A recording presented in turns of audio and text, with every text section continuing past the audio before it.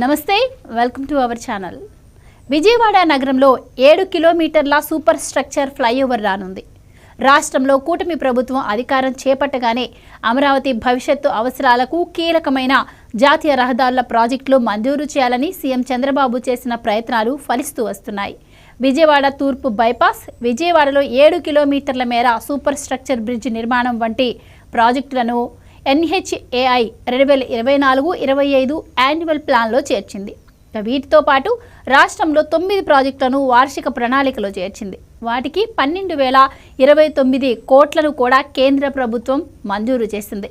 ఇక ఆయా జిల్లాల్లో కలెక్టర్లు, అధికారులు ఎంత త్వరగా సహకరిస్తే అంత వేగంగా ఈ ప్రాజెక్టులు పట్టాలెక్కే అవకాశం ఉంటుందని NHAI అధికారులు చెబుతున్నారు.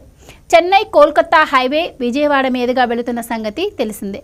దీనిపై మహానాడు జంక్షన్ నుంచి రామవరప్పాడు రింగు మీదుగా నిడమనూరు వరకు ప్రస్తుత హైవేపై 4 వరుసల వంతెన నిర్మాణానికి వార్షిక ప్రణాళికలో చోటు కల్పించారు.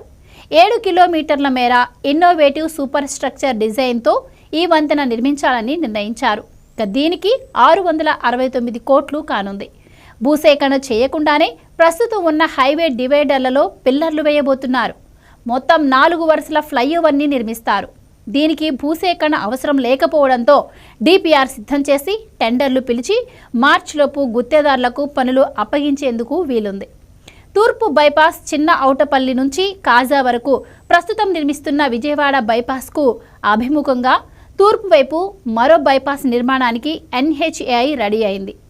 50 కిలోమీటర్ల ఈ బైపాస్కు 2,716 కోట్లను కేటాయించారు. దీనికోసం 3 అలైన్మెంట్లను రెడీ చేశారు.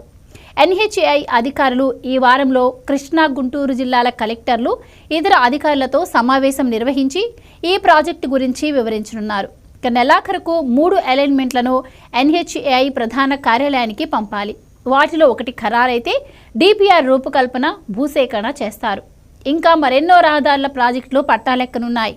వినుకొండ గుంటూరు వరకు 90 కిలోమీటర్ల హైవేను 4 లైన్స్గా విస్తరించనున్నారు. దీనికి 2,360 కోట్లను కేటాయించారు.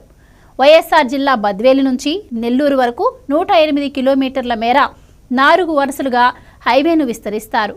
ఈ ప్రాజెక్టుకు 3,723 కోట్లను, నెల్లూరు కృష్ణపట్నం పోర్టు వరకు 24 కిలోమీటర్ల 4 వరుసల హైవేకి 1,040 కోట్లు, రాజమహేంద్రవరం వద్ద గామం జంక్షన్లో 2 కిలోమీటర్ల ఫ్లైఓవర్ నిర్మాణానికి 150 కోట్లను కేటాయించారు.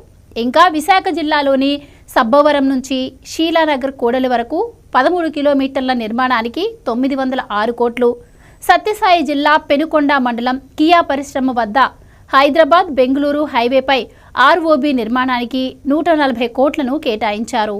Welcome to our channel. త్వరలో నవ్యాంధ్ర రాజధాని అమరావతి పనులు ప్రారంభం కానున్న నేపథ్యంలో అమరావతి దగ్గర హైవే విస్తరణ పనులను చేపట్టనున్నారు.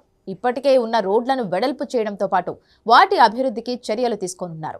రాజధాని అమరావతి నిర్మాణానికి కేంద్రం సహాయం చేస్తుందని ప్రకటించిన కేంద్రం అమరావతి నిర్మాణానికి 15,000 కోట్ల రూపాయలను కేటాయించగా, అవి కాకుండా ఇప్పుడు రోడ్ల అభివృద్ధి కోసం కూడా national highway authority of India చర్యలు తీసుకుంటోంది.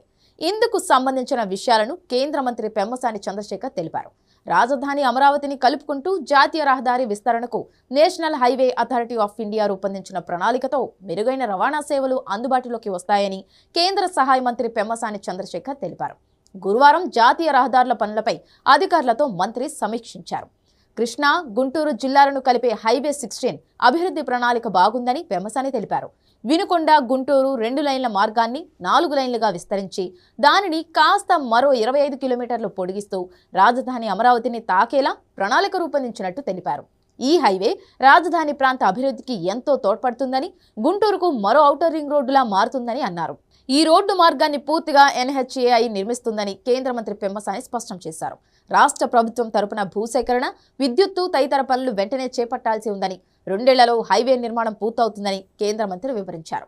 గుంటూరు, పల్నాడు, ప్రకాశం, కర్నూలు జిల్లాల రైతులు గుంటూరులోని శీతల గిడ్డంగుల్లో మిర్చిని దాచుకుంటే వారికి తెలియకుండానే రుణాలు తీసుకొని మోసం చేసిన వారిపై కఠిన చర్యలు తీసుకుంటామని కేంద్ర మంత్రి చంద్రశేఖర్ స్పష్టం చేశారు.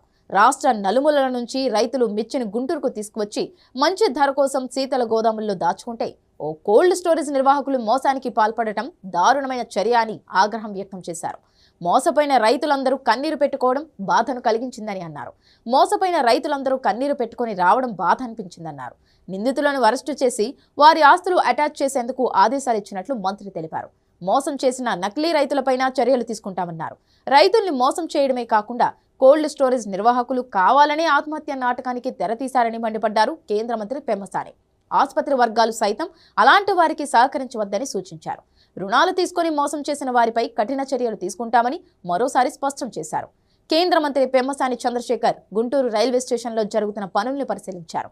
పనుల్లో నాణ్యత, ప్రమాణాలు పాటించకపోవడంపై తీవ్ర అసంతృప్తి వ్యక్తం చేశారు. ఆర్యూబీలో నీళ్లు వస్తున్నాయని, దీనివల్ల ప్రయాణికులు ఇబ్బందులు పడుతున్నారని కేంద్ర మంత్రి అధికారులను ప్రశ్నించారు.